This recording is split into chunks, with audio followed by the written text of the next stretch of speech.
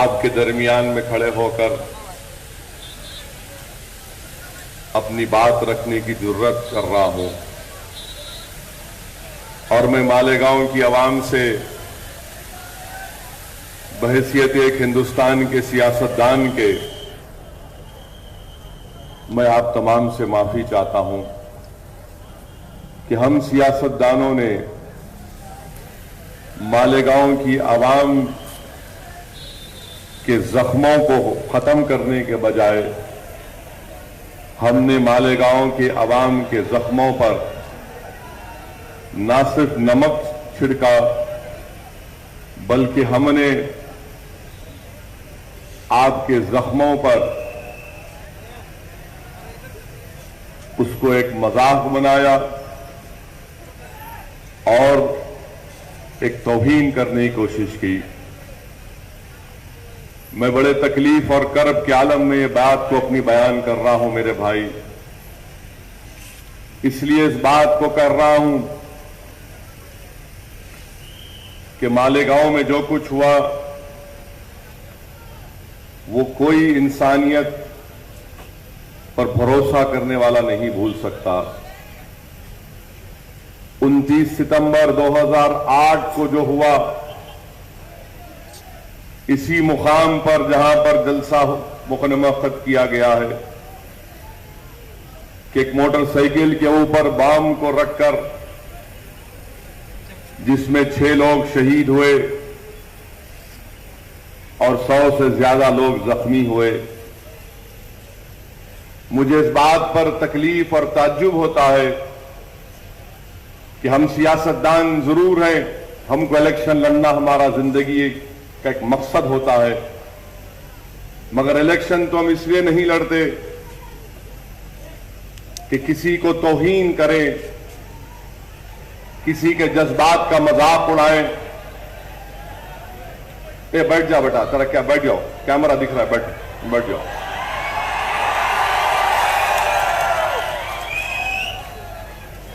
हमारा मकसद तो ये नहीं होता कि किसी का मजाक उड़ाए। जो कुछ भी 29 सितंबर के 2008 को हुआ, जिसके ऊपर इल्जाम लगा शेख फरहीन के ऊपर, शेख फरहीन की मौत हुई, सैयद अजहर की मौत हुई, मुश्ताक अहमद इस दुनिया से चल बसे, शेख रफीक शहीद हुए, मोहम्मद इस्माइल शहीद हुए।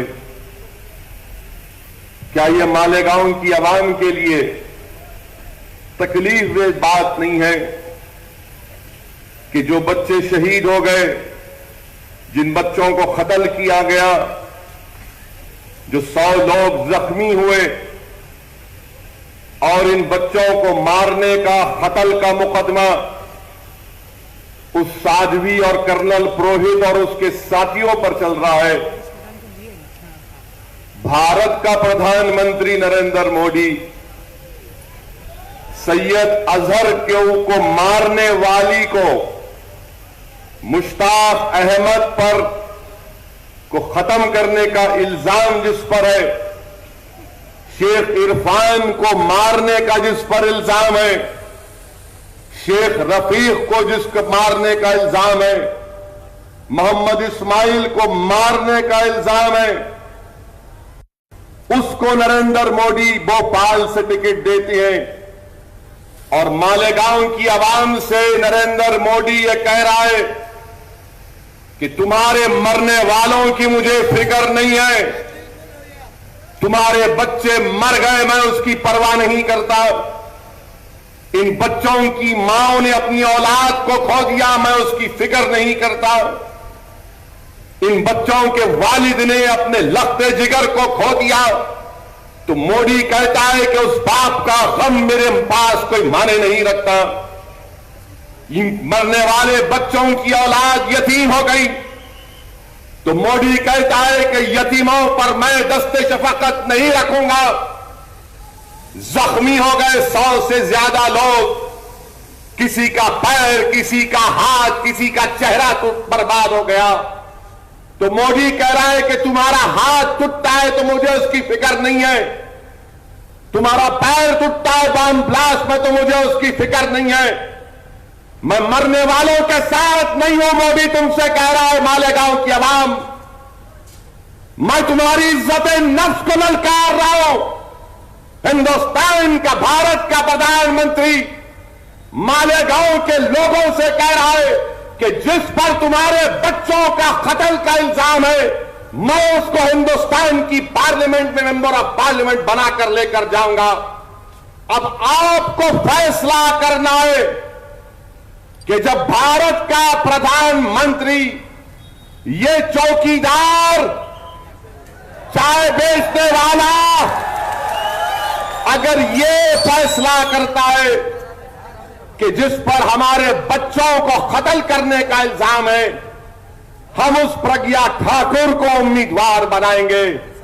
मेरे भाई, ये एक पॉइंट काफी है मालेगांव की आवाम के लिए कि अगर आज आप मालेगांव की आवाम में इन बच्चों की अगर जर्रा बराबर मोहब्बत बाकी है, चाहे वो अजहर हो, मुश्ताक हो, इरफान हो, रफीक हो, इस्माइल हो, तो उठो। इनको खराज अकीदत अगर पेश करना है तो मालेगांव से, इस पार्लियामेंट की चुनाव से आप एक पैगाम दीजिए।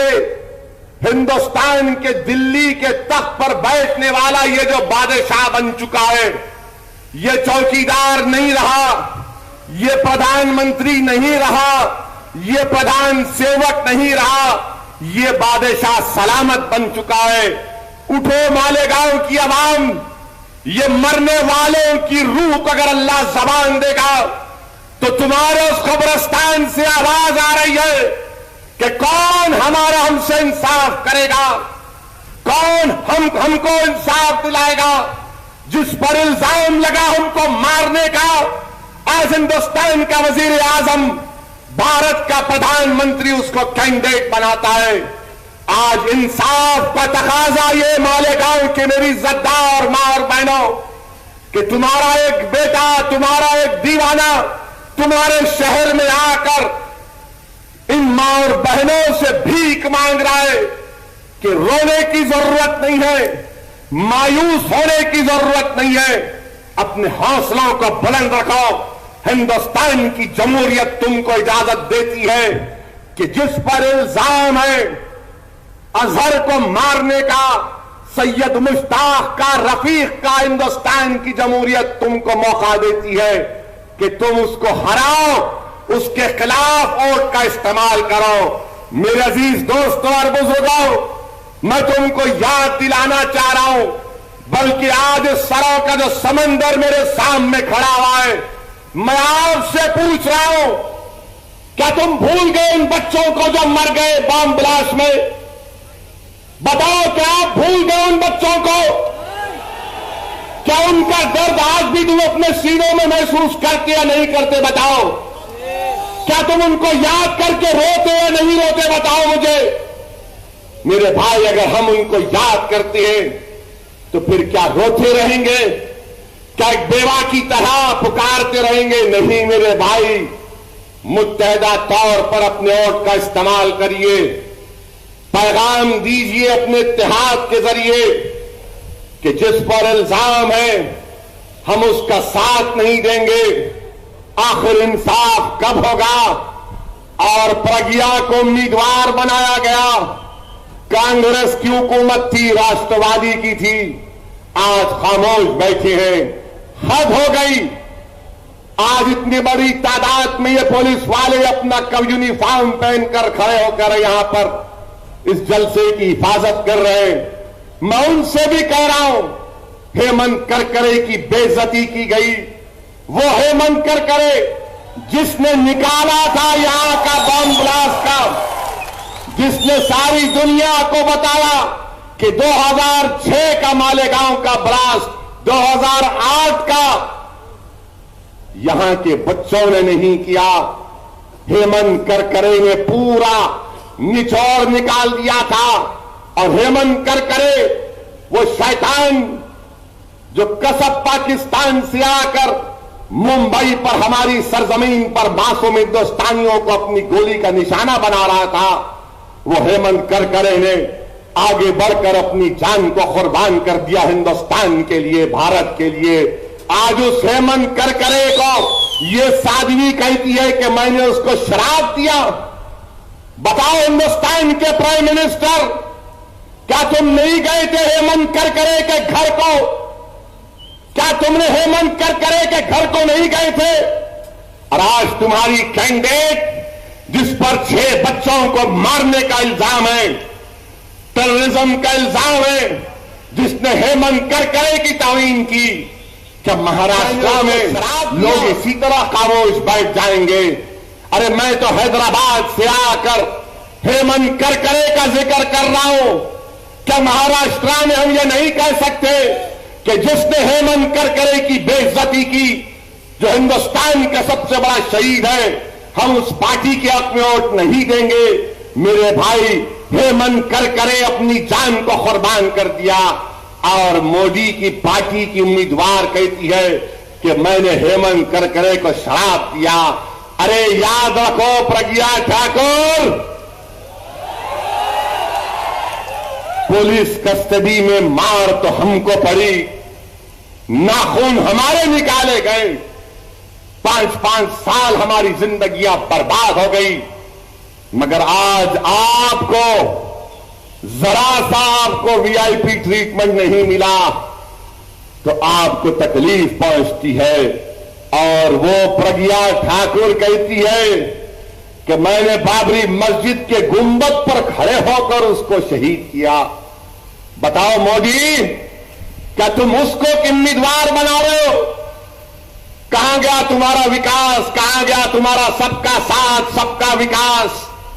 कि तुम्हारी पार्टी उसको उम्मीदवार बना रही है और कह रही है कि मैंने बाबरी मस्जिद पर चढ़कर, यह बीजेपी कह रही है, प्रज्ञा ठाकुर कह रही है कि हमारे लिए इलेक्शन धर्म युद्ध है।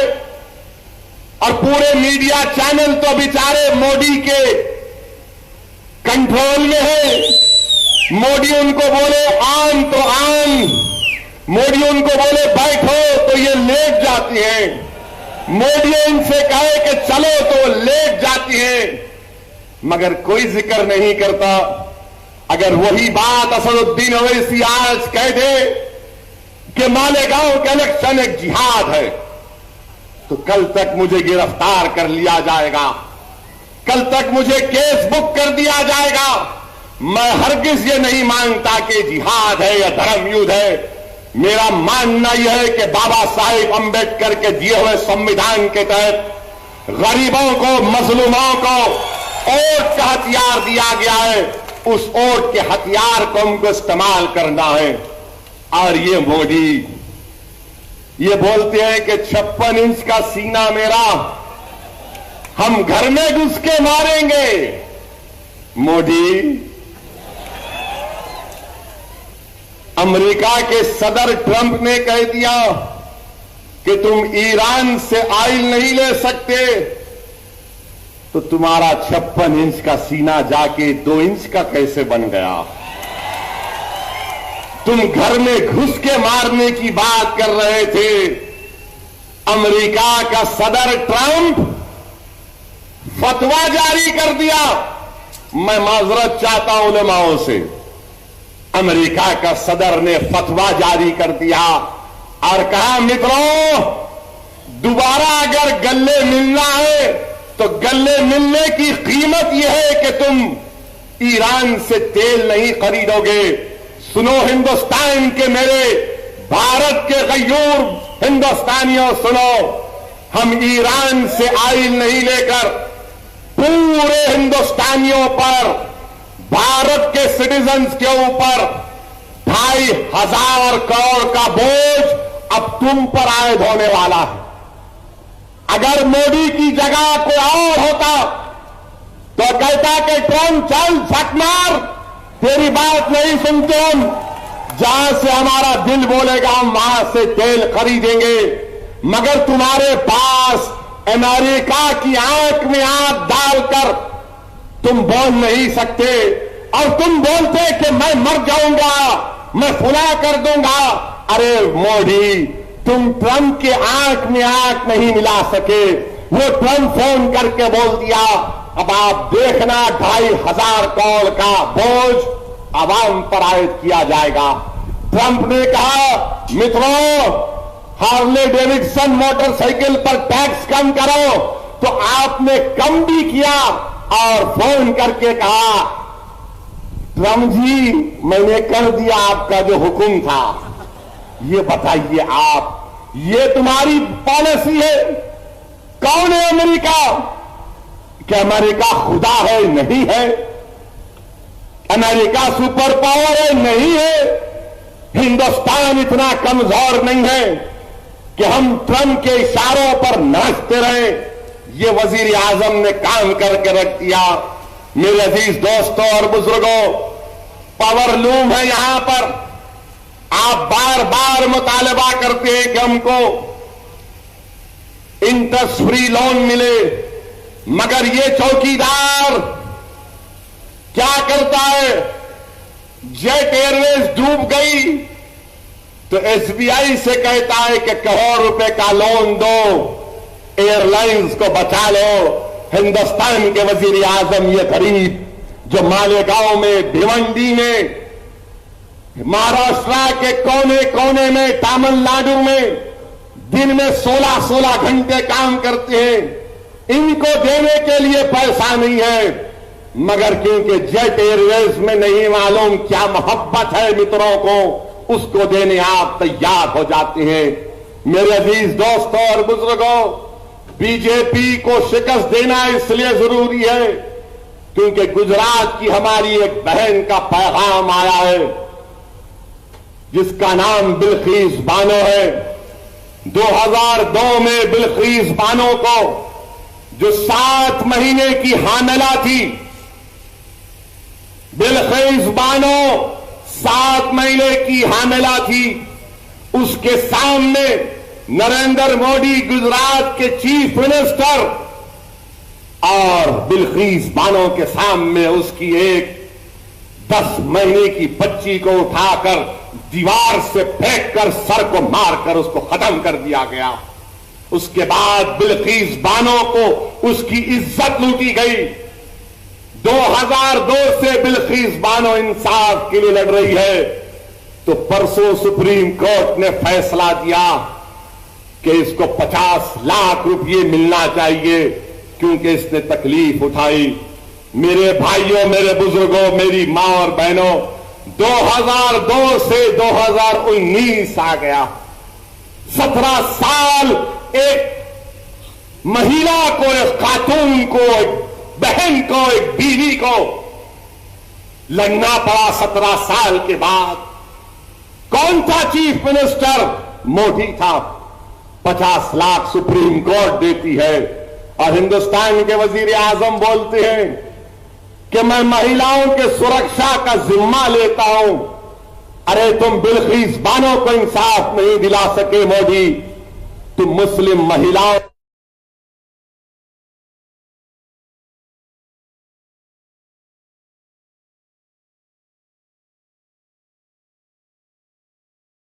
से क्या इंसाफ करोगे?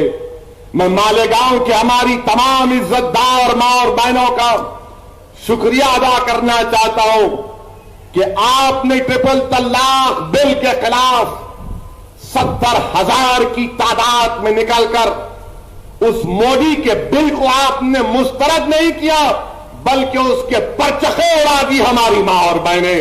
मैं सलाम करता हूं मालेगांव की हमारी इज्जतदार मां और बहनों को। और हिंदुस्तान के वजीर आजम, आज इनका एक इंटरव्यू आया, टीवी पे इंटरव्यू आया मित्रों का। हिंदुस्तान के वजीर आजम ये देख रहे थे कि जो टीवी के बड़े बड़े एंकर हैं वो उनकी तारीद में एक्टिंग नहीं कर सक रहे थे, तो प्राइम मिनिस्टर मोदी ने कहा कि तुम एक्टिंग नहीं सही कर रहे हो, मैं असली एक्टर को पकड़ कर लाऊंगा।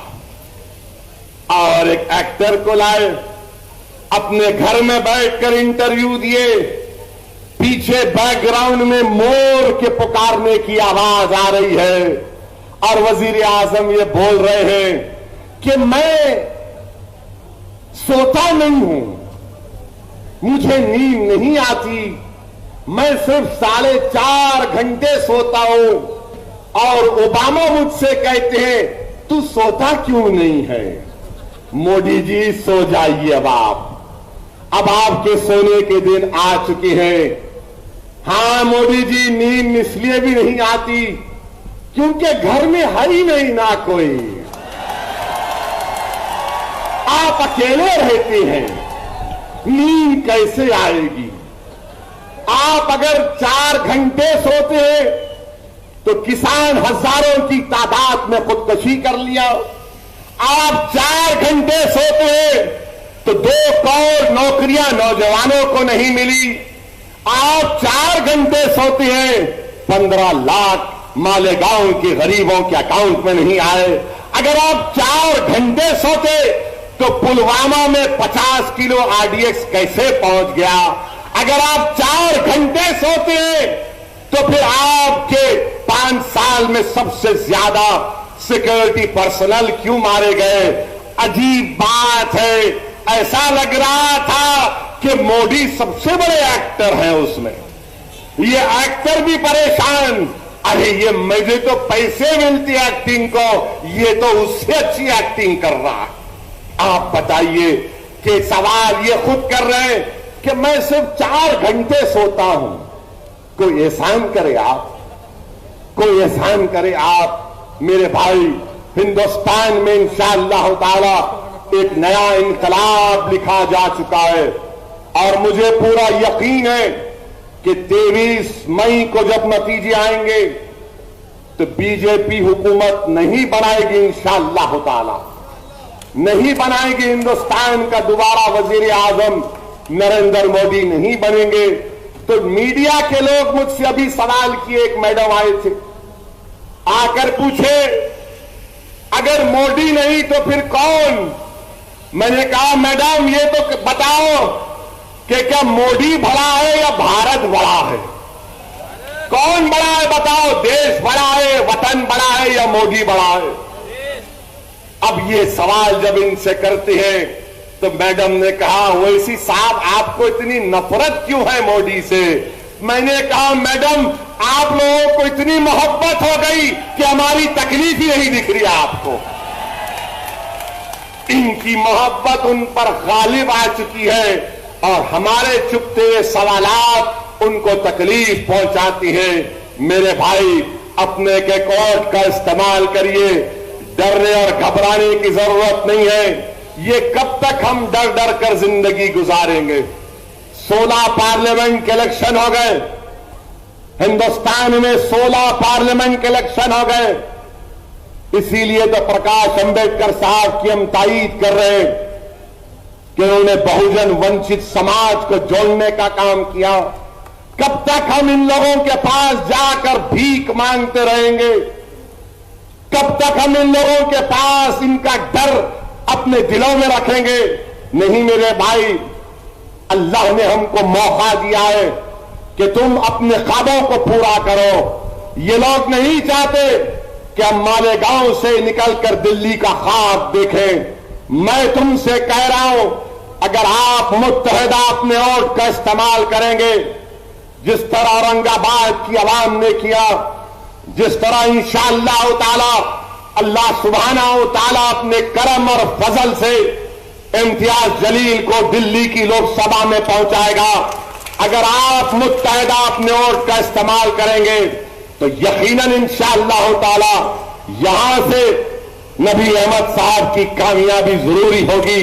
मगर डर को निकालना पड़ेगा, फिक्र को निकालना पड़ेगा।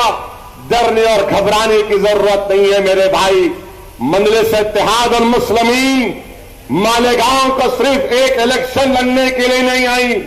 मैं बार बार आता रहूंगा, जब तक जिंदा रहा इंशाअल्लाह ताला मालेगांव को आता रहूंगा, मालेगांव की आवाम के लिए लड़ता रहूंगा।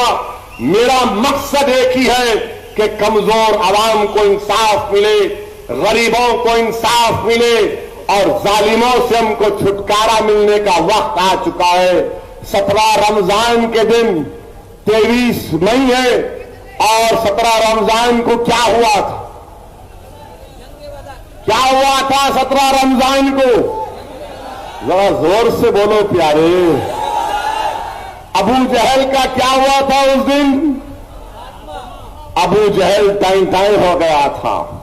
तो इंशाअल्लाह ताला हिंदुस्तान की जमहूरियत के जितने ही अबू जहल हैं, इन तमाम का जमहूरी तरीके से अल्लाह इनको नाकाम करेगा। हम अल्लाह से दुआ करते हैं कि परवरदिगार, जिस तरह आपने फिरौन को पानी में डुबो दिया, जिस तरह अल्लाह आपने नमरूद को एक लंगड़े मच्छर से उसका खात्मा कर दिया, अल्लाह जिस तरह आपने शद्दाद पर घोड़ों को उस पर मुसल्लत कर दिया, अल्लाह हिंदुस्तान के तमाम इन गरीबों की मदद फरमा दे, इस मुल्क को अमन का गहवारा बना दे। डरो मत, डरने की जरूरत नहीं है। निकालो अपने दिलों से खौफ को और उम्मीद के नाम पर वोट दो। इंशाअल्लाह ताला हम डरने और घबराने वाले नहीं हैं, हम लड़ने वाले हैं। हम जालिमों से पंजा आजमाई करते आए हैं और इंशाअल्लाह हम जरूर कामयाब होंगे। कब सासर का ख्याल रखिए, जब कभी चाय पिएंगे उस कप सासर का ख्याल रखिए। चाय वाले का डर दिलों से निकालो, दबा के चाय पियो और मुत्तहिदा तौर पर अपनी जमात को कामयाब करिए। शुक्रिया, खुदा। हमारे यहाँ चिकन और बकरे के लजीज डिशेस दस्तयाब है। इनमें स्पेशल चिकन बिरयानी, बकरा biryani, chicken biryani jumbo pack, fish fry, chicken 65, chicken लपेटा, चिकन मसाला सालन, बकरा मसाला सालन शामिल है। एक मरतबा जरूर तशरीफ लाकर हमें खिदमत का मौका दे। प्रोपराइटर अब्दुल रहीम उर्फ मन्नू भाई, चौधरी होटल अन्ना बाउस, साढ़े चौक, हिंगोली गेट, नांदेड़। हमारे यहाँ मुख्तलिफ कंपनियों के इलेक्ट्रॉनिक्स और प्लास्टिक के तमाम सामान और फर्नीचर दस्तयाब है। एक मरतबा तशरीफ लाकर खिदमत का मौका दे। प्रोपराइटर हाफिज मदरुल्लाह बेग, अदर Baig, Albarkat home appliances, furniture and electronics, टायरबोर्ड, Deglur Naka, Nanded. Nanded Urdu news YouTube channel को सब्सक्राइब जरूर करें और बेल आइकन को क्लिक करें। बेल आइकन को क्लिक करने से होगा ये कि आपको लेटेस्ट न्यूज अपडेट की नोटिफिकेशन मिलती रहती है।